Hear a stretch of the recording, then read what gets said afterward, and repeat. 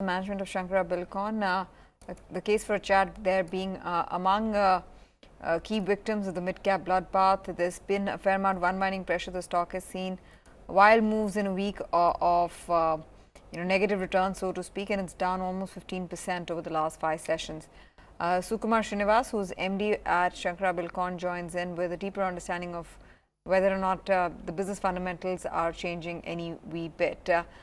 Sukumar, it's great to have you on the show. Thanks very much for taking out the time. There's been some negative buzz doing the rounds on the street, which probably led to the selling spree. So can you clear the air on that, on what's been happening with the company? Has there been any red flags raised by auditors or any change in shareholding by promoters that could perhaps spook the markets? I think there's been absolutely no change in the way we are looking at our business outlook or the way we are running the business. I think it was largely, there was some talk about our same-store sales growth, which I think we have cleared the air with our investors, as well as we have put the clarification in the Bombay Stock Exchange and both the stock exchanges. I think there has been a lot of negative buzz. Probably it was a drag based on some other companies. There were talks of, a lot of people resigning, the auditors resigning, etc. I think it was purely rumor driven, and I think we have cleared the air last week itself. And as far as I go, there's no significant change. As far as the company goes, there's nothing in terms of the parameters on which we've been doing the business or which we will continue to do the business. I think it has largely been a sort of a rumor-driven kind of an activity. So, well, I guess that's how the markets are. So, ke sara sara. Yeah, indeed. But the reason, Mr. Srinivas, and I hope you appreciate our curiosity here, because, there's been no meaningful recovery that the stock has seen, irrespective of you actually clarifying. So just for, to put it on record, tell us about some of the key triggers that you see aiding your growth going forward and this, some plans that you may have in the pipeline. What would your message be right now to anxious investors out there?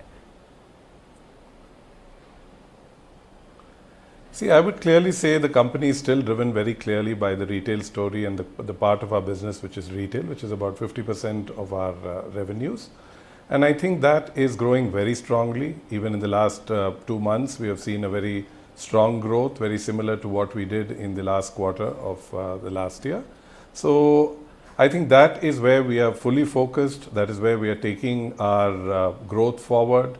And we are really not, it's a relentless work from the management and the team, and probably these corrections, whatever has happened over the last 1 week, I would also say has sort of, probably it's a knock on the head and say, we've been a very successfully performing stock over the last 1 year.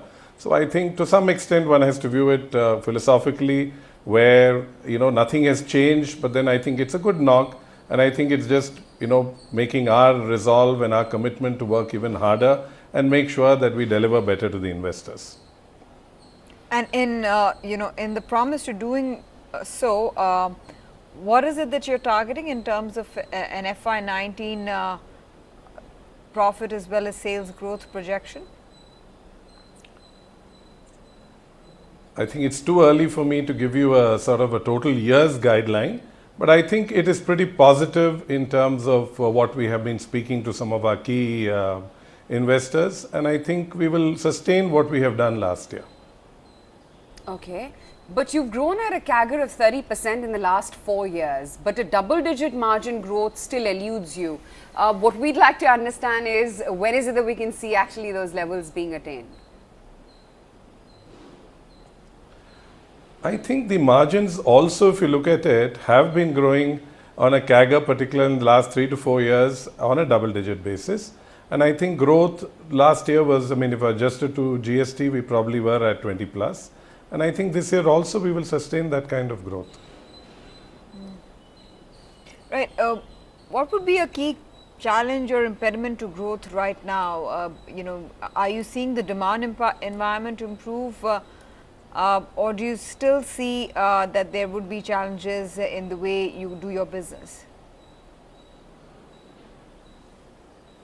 I think the demand environment is very positive. If I look at the last 4 to 5 months, I think the housing sector has started doing quite well, and both in the unorganized and the unorganized sector. in terms of, I mean, individual housing kind of, you know, where it's not really tracked or it doesn't have a great, you know, analyst kind of a backup, which is where a large portion of our products find use.